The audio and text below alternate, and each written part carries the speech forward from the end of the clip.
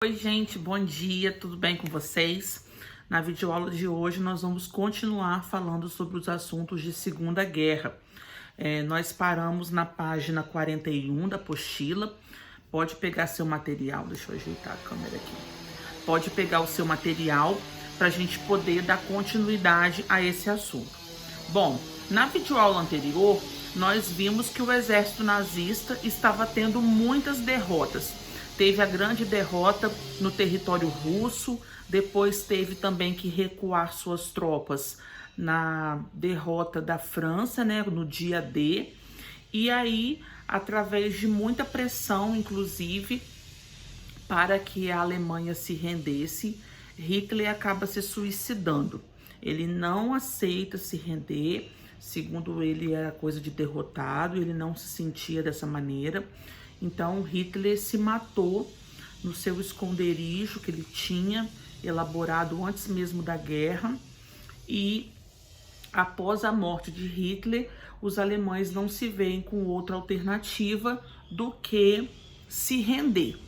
E isso aconteceu aí, deixa eu firmar aqui com vocês a data, no mês de abril aproximadamente, abril e maio. Mas a guerra não termina aí, tá?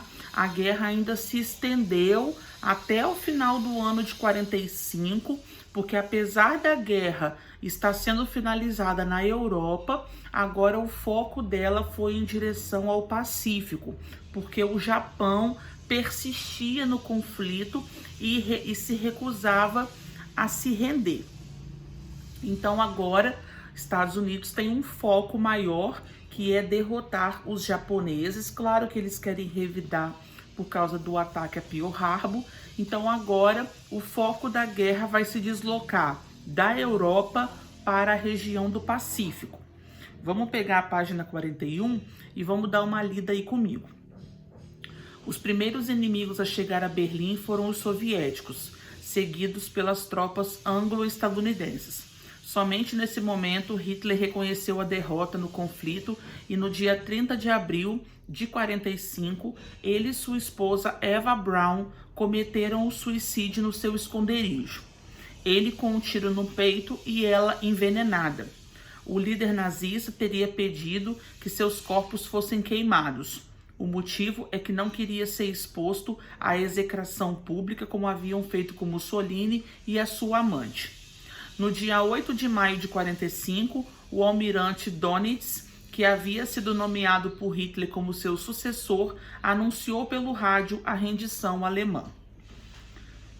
Agora, então, os Estados Unidos têm uma meta principal, que é forçar a rendição japonesa. Só que os Estados Unidos não queria permanecer muito tempo mais no conflito, porque sabia que ia ter uma perda humana, né, muitas mortes, e também um investimento muito grande em dinheiro. Então eles pensaram numa estratégia de como que eles poderiam forçar a rendição japonesa, porque os japoneses, pelo seu espírito patriota e pelo tipo de cultura que também eles possuem, eles não queriam se render. Foi aí que foi utilizada na primeira vez na história as bombas atômicas, que foram lançadas em duas cidades, Hiroshima e depois Nagasaki, 3 dias depois. Uma no dia 6 de agosto e a outra no dia 9 de agosto de 45. Mesmo com a queda de seus aliados europeus, os japoneses se recusavam a se render. Os Estados Unidos decidiram forçar a rendição de forma irrefutável. Em 6 de agosto de 45, os estadunidenses lançaram uma bomba atômica sobre a cidade de Hiroshima, causando a morte imediata de 140 mil pessoas. 3 dias depois, ainda com a negativa do governo japonês, os Estados Unidos lançaram uma segunda bomba atômica, agora em Nagasaki, onde ocorreram mais de 100 mil mortes instantâneas. Por que quando a gente se refere à bomba atômica, a gente fala de morte instantânea? Porque muitas pessoas podem morrer semanas, meses ou até anos depois com os efeitos da radiação de uma bomba atômica, né? Muitas pessoas acabam morrendo porque aparece câncer, outras deformações, doenças congênitas, que é reflexo desse excesso de radiação que o organismo ficou exposto. Então aqui nós temos a imagem do famoso cogumelo que se forma, né, quando a bomba atômica é lançada sobre um território. E aqui na página 42, eu sei que faz parte de um exercício, vou marcar depois para vocês, mas nós temos a imagem aí do campo de batalha depois do lançamento da bomba atômica, como que a cidade de Hiroshima e Nagasaki ficaram destruídas. Vamos grifar comigo na página 42? A revolução tecnológica que ocorreu durante a Grande Guerra acabou por mudar as formas de combate na Segunda Guerra Mundial. O primeiro conflito foi marcado em sua maior fase pelo entrincheiramento dos exércitos. Por sua vez, a Segunda Guerra foi uma guerra de movimento, viabilizada pelo desenvolvimento de armas e equipamentos que haviam sido testados no final da Grande Guerra. Por terra, destacou-se os tanques, preparados para andar em qualquer tipo de terreno e blindados, o que garantia a segurança dos homens em seu interior. No ar, destacavam-se os aviões de combate e os bombardeios, capazes de destruir cidades inteiras com o lançamento de bombas sobre elas. A arma mais poderosa produzida nesse período, no entanto, foi a bomba atômica.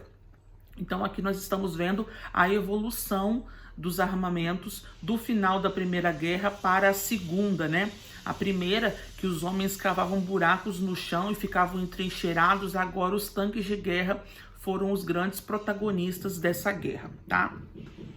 Bom, e agora, depois do lançamento das duas bombas atômicas, o Japão finalmente se rende, dando vitória ao grupo dos aliados. Quem fazia parte do grupo dos aliados? Os 4 países principais: Inglaterra, França, Rússia e Estados Unidos. Então, esses 4 países que vão receber o que a gente chama de spoilos de guerra. São eles que vão receber os benefícios dos países perdedores, tá? Nós temos outros países que também acabaram se infiltrando no grupo dos aliados, porque eram países parceiros, mas esses 4 países que são os países que vão desfrutar agora da famosa vitória, tá? Depois da guerra, aconteceu então uma série de acordos do que seria feito com os países perdedores e quais tipos de cláusulas seriam impostas a eles. Vamos ver no finalzinho da página 42. Quando as tropas aliadas atingiram o território ocupado por Hitler, defrontaram com campos de extermínio, mantidos pelo regime nazista durante a guerra. Exterminar os adversários em uma guerra era uma prática comum. Vários outros países utilizaram a mesma prática em guerras. No caso dos campos nazistas, no entanto, 2 fatores chamaram particularmente a atenção do mundo. O primeiro foi o de Hitler ter se aproveitado da guerra para colocar em prática uma ideia muito acalentada por ele: a solução final, que consistia no extermínio de judeus. A gente sabe que Hitler criou vários campos de concentração para matar grupos minoritários que ele considerava, então, que era uma mancha negativa para a sociedade alemã.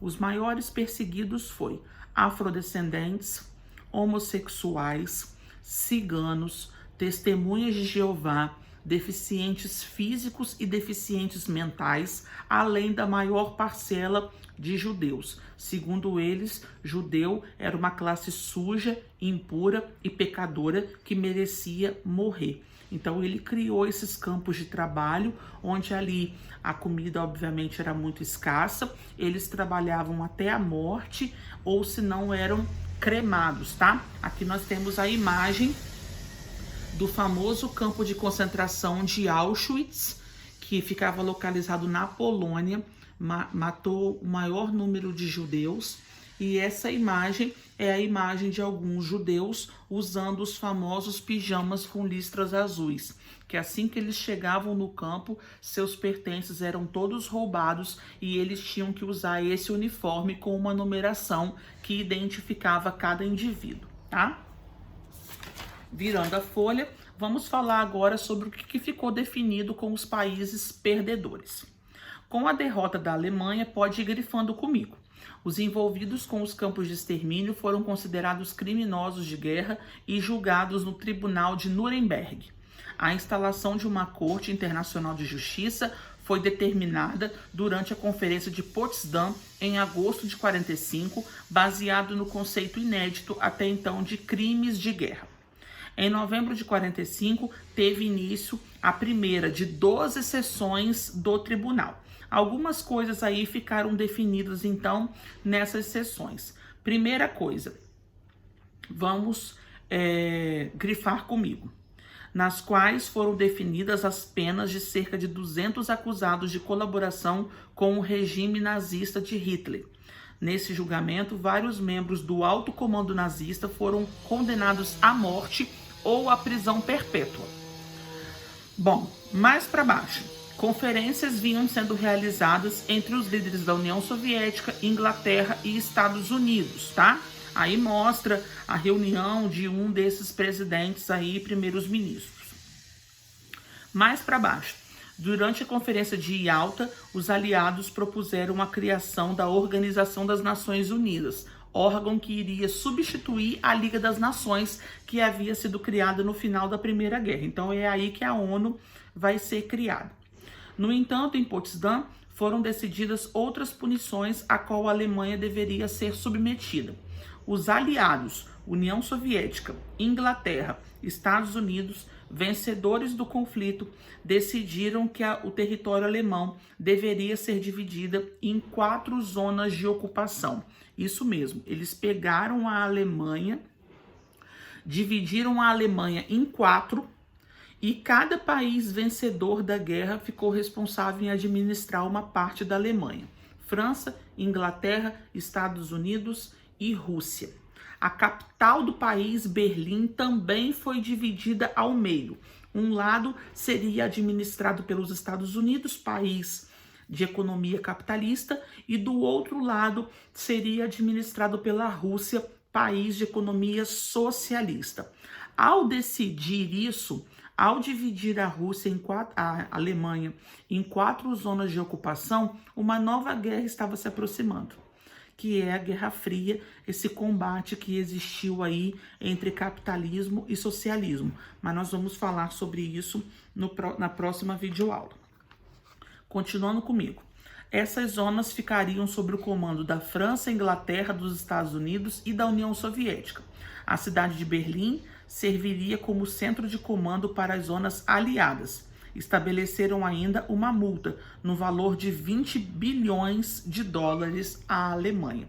E assim termina a Segunda Guerra Mundial e nós vamos falar sobre uma próxima guerra que já se iniciou logo após a Segunda Guerra, que é a Guerra Fria, que é assunto do nosso próximo capítulo. Qualquer dúvida, só me chamar no privado de segunda a sexta, de 8 a meio-dia. Estou à disposição de vocês.